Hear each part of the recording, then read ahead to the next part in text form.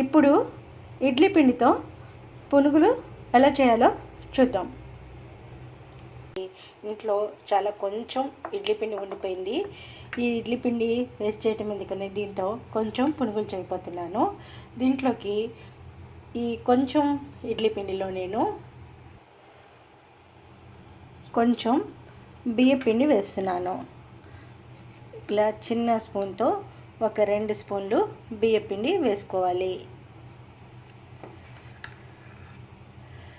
బియ్య పిండి, ఉల్లిపాయ ముక్కలు, ఉప్పు, కారం, జీలకర్ర, కొంచెం సోడా. ఇప్పుడు వీటన్నిటిని చక్కగా గరిటెతో కలపండి.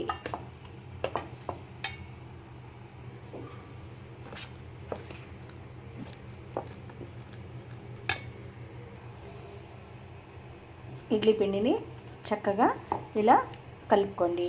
ఈ కలిపిన పిండిని మనం చేతులతో ఇలా అయినా వేసుకోవచ్చు, లేదా స్పూన్తో కూడా వేసుకోవచ్చు, పునుగులు వేసుకోవచ్చు. ఇప్పుడు స్టవ్ మీద లోతుగా ఉన్న ఒక ప్యాన్ తీసుకుని డీప్ ఫ్రైకి సరిపడా ఆయిల్ తీసుకోండి.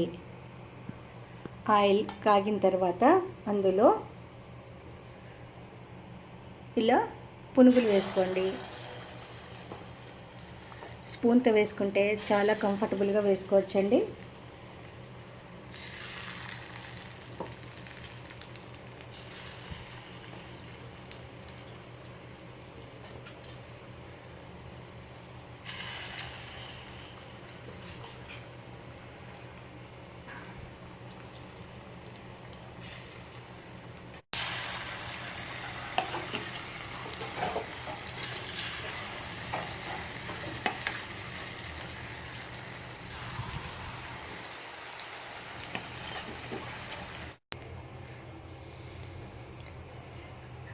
వేడివేడిగా పునుగులు రెడీ అయిపోయాయండి.